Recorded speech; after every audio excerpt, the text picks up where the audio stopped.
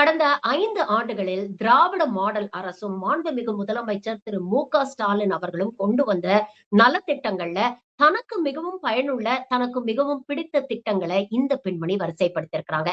இதே மாரி உங்களுக்கு பயனளித்த, உங்களுக்கு பிடித்த திட்டங்களை பற்றி கமெண்ட்ஸ்ல நீங்களும் பதிவு பண்ணுங்க. 5 வருஷம் ஆட்சி காலம் நடந்திருக்கு. இதுல என்னென்னலாம் ஸ்கீம் கொண்டு வந்தாங்க, நம்மளுக்கு என்னென்னலாம் செஞ்சிருக்காங்கன்னு பார்க்கலாமா? இதுல பர்சனலா எனக்கு நடந்தது, என்னோட ஒப்பீனியனை மட்டும் நான் சொல்றேன். ஃபர்ஸ்ட் தாய்மானவர் திட்டம்னு ஒண்ணு கொண்டு வந்தாங்க. அதுல வந்து 65 வயசுக்கு மேல இருக்கவங்க வந்து ரேஷன் கடைக்கே போக வேண்டாம், வீட்டுல இருந்தே வாங்கிக்கலாம்னாங்க. இதுல பயன்பெற்றதுல எங்க வீட்லயும் ஒரு ஆளுங்க, எங்க வீட்டுல 2 பெரியவங்க இருக்காங்க.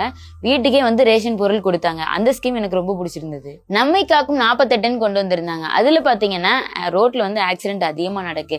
அதுல ஆக்சிடென்ட் ஆனா ஒரு 48 மணி நேரத்திலே ஹாஸ்பிட்டல்ல போய் சேர்த்தீங்கன்னா, அது பிரைவேட்டா இருந்தாலும் சரி, கவர்மெண்ட் இருந்தாலும் சரி, அந்த 48 மணி நேரத்துல உங்களுக்கு வந்து இலவசமாவே மருத்துவம் பண்ணிடுவாங்க. மக்களை தேடிய மருத்துவம்னு ஒண்ணு இருந்தது.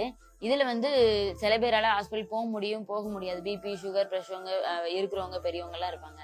அதுல நம்ம வீட்டுக்கே வந்து நம்மளுக்கு வந்து சேவை பண்ணி கொடுத்துருவாங்க. இதுல வந்து எத்தனையோ கோடி மக்கள் வந்து பயன்பெற்று இருக்காங்க. ஊட்டச்சத்தை உறுதி செய்யும் திட்டம்னு இருந்தது. இதுல வந்து நான் கன்சீவா இருக்கும்போதும் சரி, தம்பி பிறந்ததுக்கு அப்புறமே எங்களோட ஹெல்த் வந்து பார்த்து கவர்மெண்ட் சைட்ல இருந்து பார்த்தாங்க. அதுவுமே எனக்கு ரொம்ப பிடிச்சிருந்தது. இன்னொன்னு என்னன்னா, கவர்மெண்ட் ஸ்டாஃபால அதிகமா லீவ் எடுக்க முடியாது கன்சீவா இருக்க டைம்ல. அதுக்குமே அவங்க வந்து டெலிவரி டைம்ல 1 இயர் லீவ் எடுத்துக்கலாம் அப்படின்னு சொல்லிட்டு கவர்மெண்ட் சைட்ல இருந்து சொல்லியிருந்தாங்க. அதுவுமே சூப்பரான ஸ்கீமா தான் எனக்கு இருந்தது. இன்னும் சொல்லிக்கிட்டே போனா ஏகப்பட்ட ஸ்கீம் இருக்கு.